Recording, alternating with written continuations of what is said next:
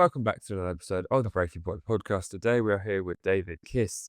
David is the host of Kis Information. Kis Information's, passport, immigration, how to get multiple passports in different countries. Is there quite a My two avenues. high demand for people trying to get multiple? Is it like post Brexit? Do people want multiple passports because of the benefits or the lack thereof of having a British passport nowadays? Well, to be fair, you've covered all topics in that question pretty well. Yeah, you're absolutely right. Well, the Brexit thing is just for UK nationals because, if you're an Irish citizen, Brexit doesn't really impact you because you have free movement to both the European Union, Ireland as an EU passport, but also to the United Kingdom because of the Good Friday Agreement and the Common Travel Area. So the Republic of Ireland and Northern Ireland, they're fully open border.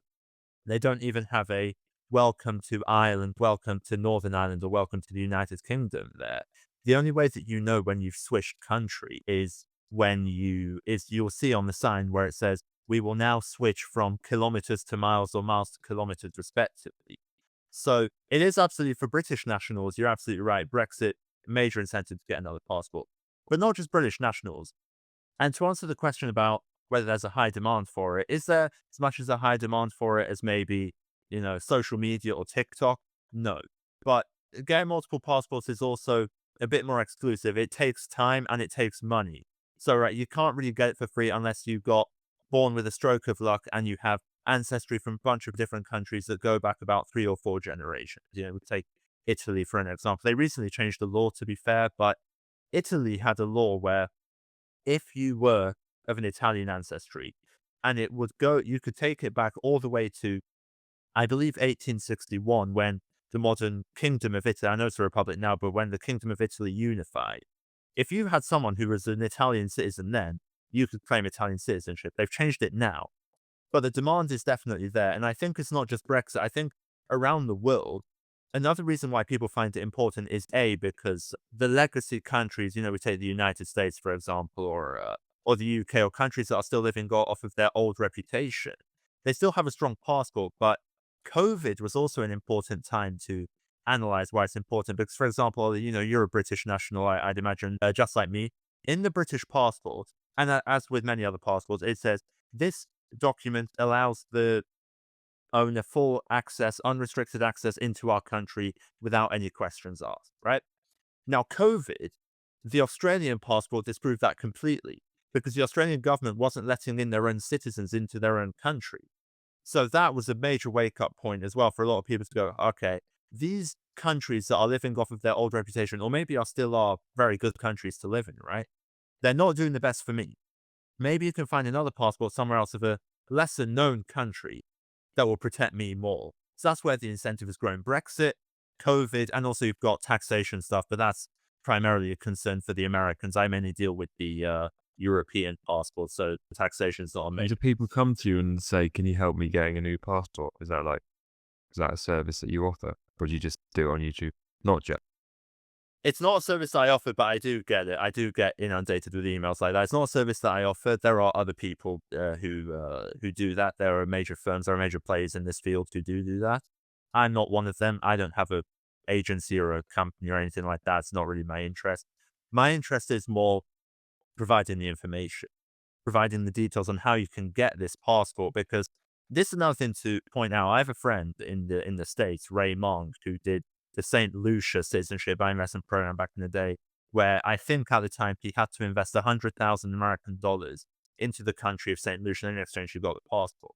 Now, that sounds very good on paper, but what they don't tell you is about the other requirements, how long it takes. If you don't want to do the investment, if you haven't got 100 grand, right, like me, how else can you get a passport somewhere else? Because you can pay your way into a passport in most countries, but that's not going to be possible for everyone. So you have other options. You have residency, ancestry.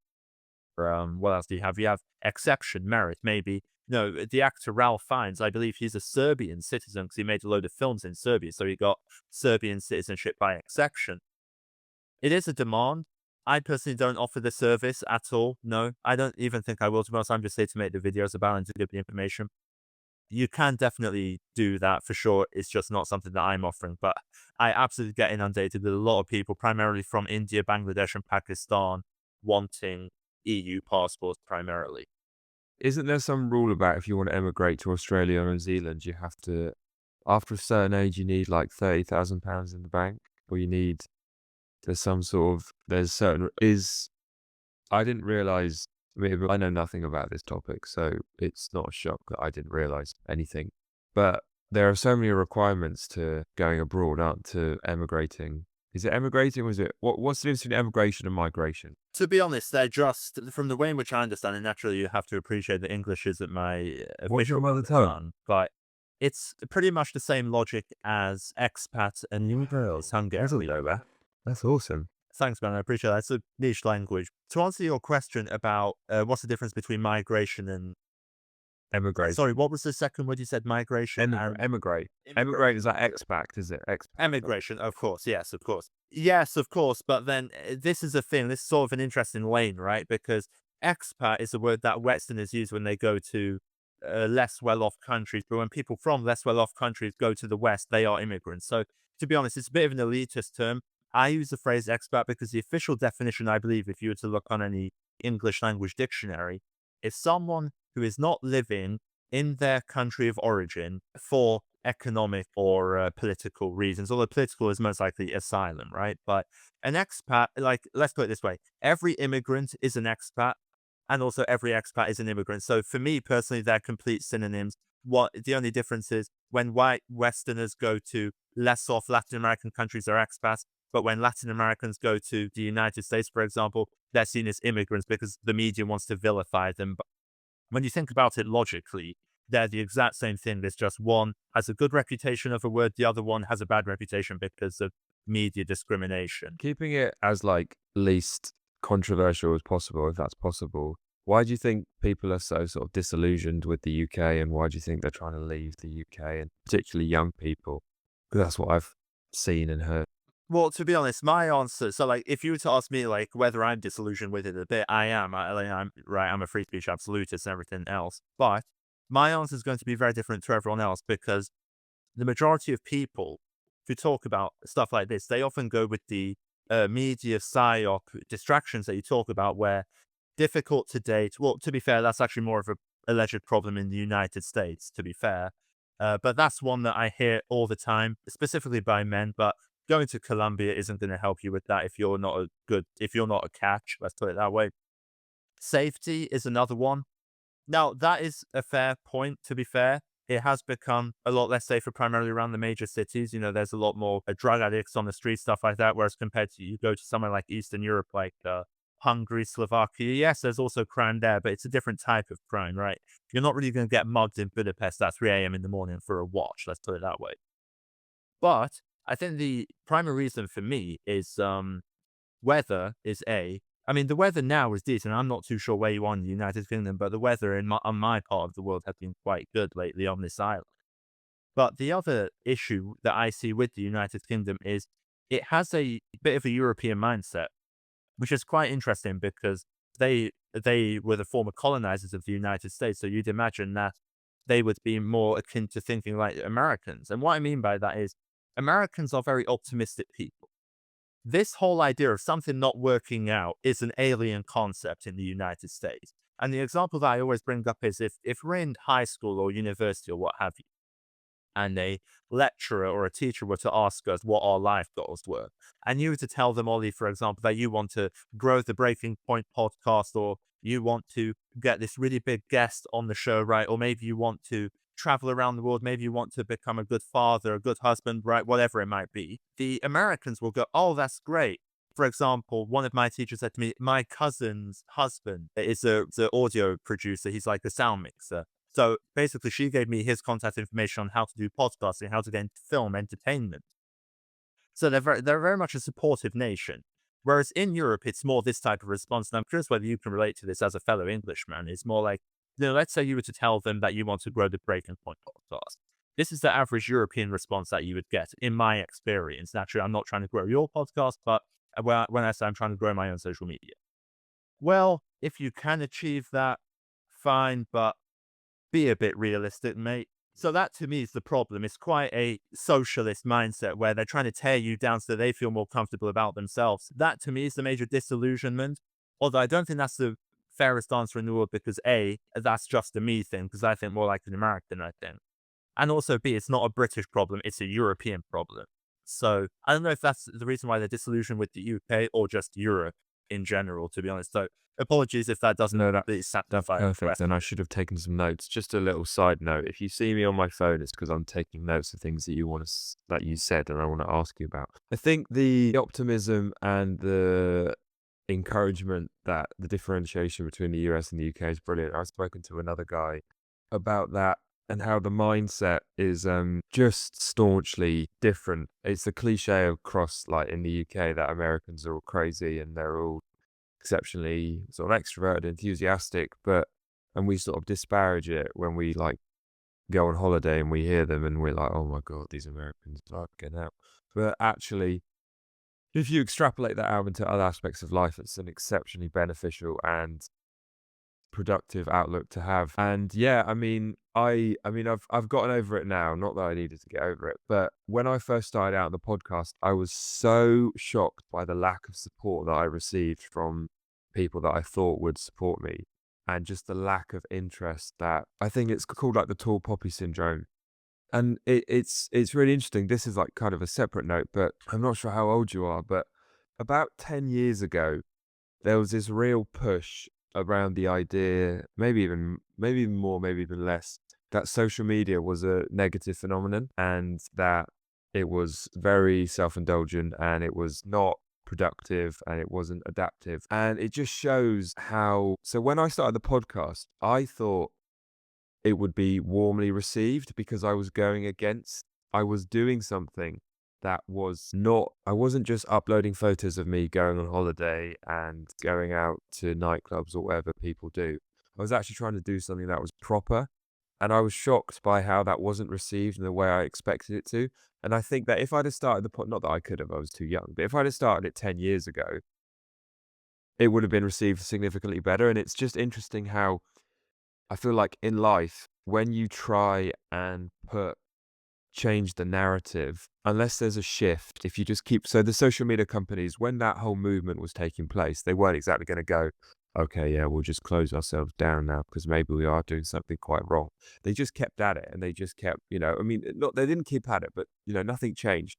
And then now the idea that social media is a negative phenomenon isn't really spoken about anymore, but it really was. So yeah, I mean, I think that sort of my convoluted response to your answer was the UK, and you're right, it isn't just UK, it's Europe, isn't it? Where do you think that comes from, and why do you think we react that way? Frankly, I have no idea. Like, if we were to analyze it like an etymology, right, I couldn't tell you exactly why, like, 5,000 years ago in Kievan Rus, the three Slavic cousins thought this way. It wouldn't be right for me to claim that or anything like that. Or, William the Conqueror had this mindset and it bled through. Nothing like that.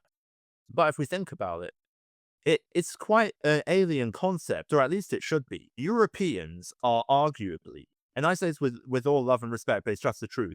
When we think about what the Europeans have done historically, they like to brag about it, but it's actually quite horrific, right? So if we were to look at it geographically speaking, they don't speak English in California, which is about 8 hours away from us, time zone wise, and thousands of miles away because the British were kind, warm hearted, loving people. They don't speak Spanish in the south of Chile near Antarctica because the Spaniards were such a nice, caring people who cared about the native populations there.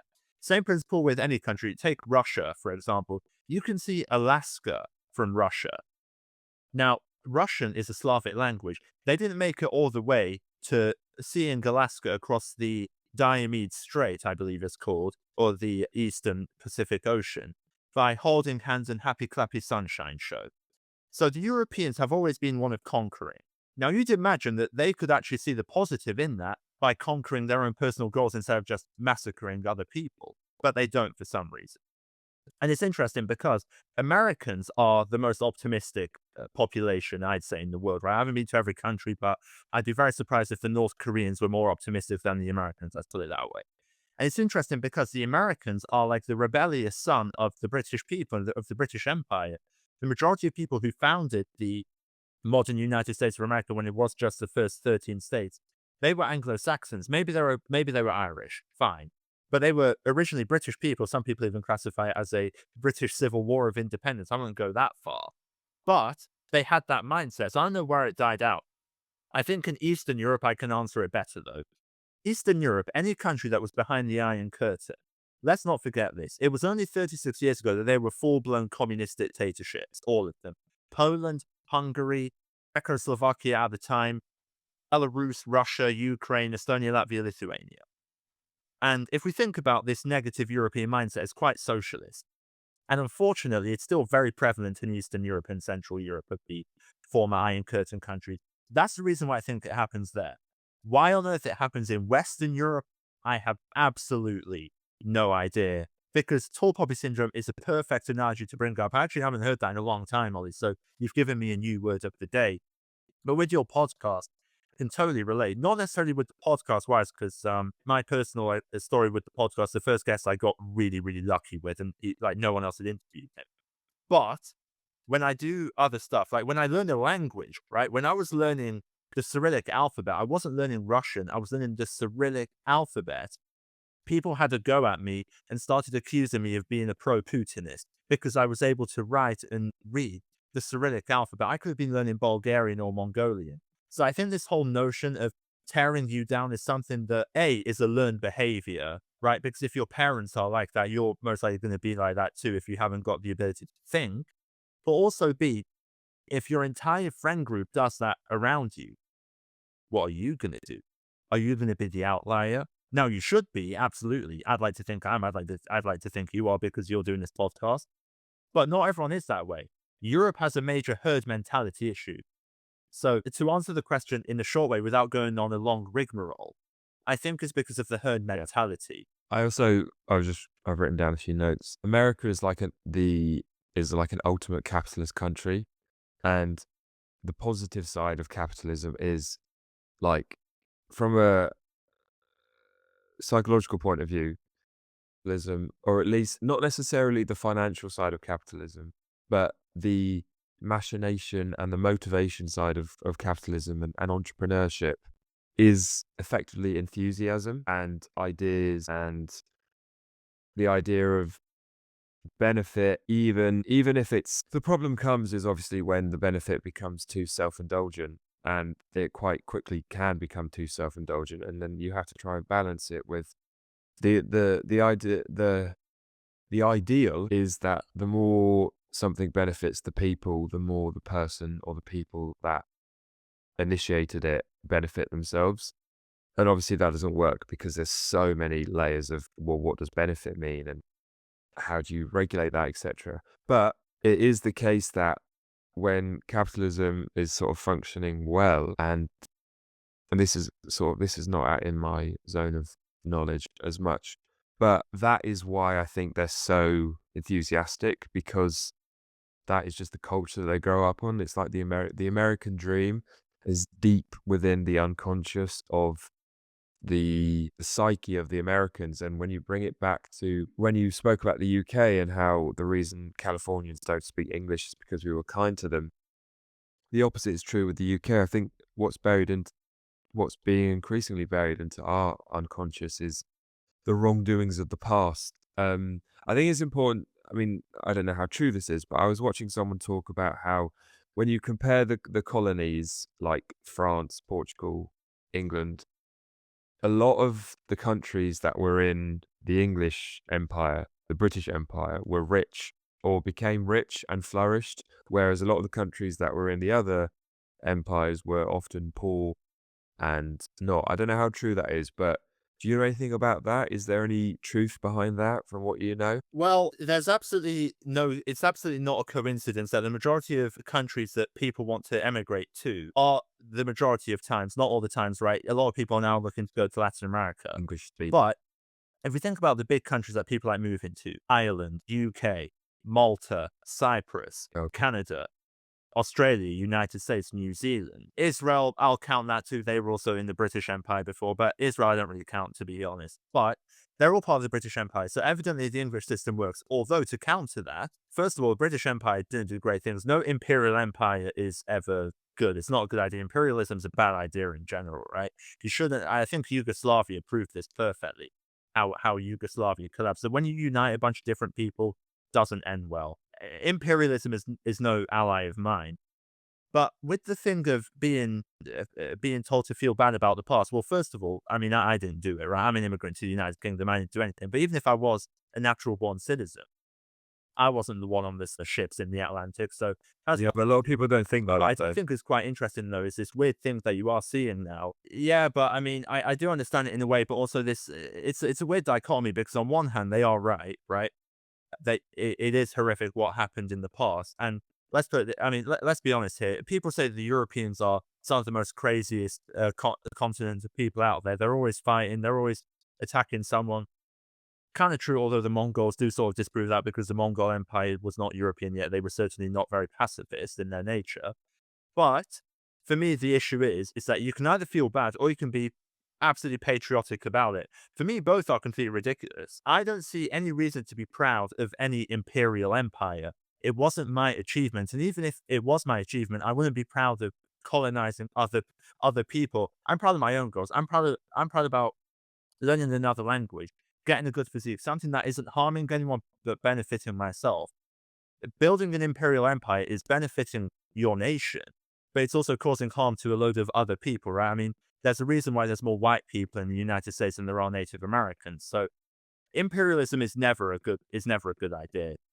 The guilt thing, I get it if like your family are very pro empire, fine. I don't really think that's a problem in the UK though, to be fair. So I think both are equally bad. Like I think you have to understand that all empires were terrible. The Mongol Empire is terrible. The British Empire was terrible. The Spanish Empire did terrible things.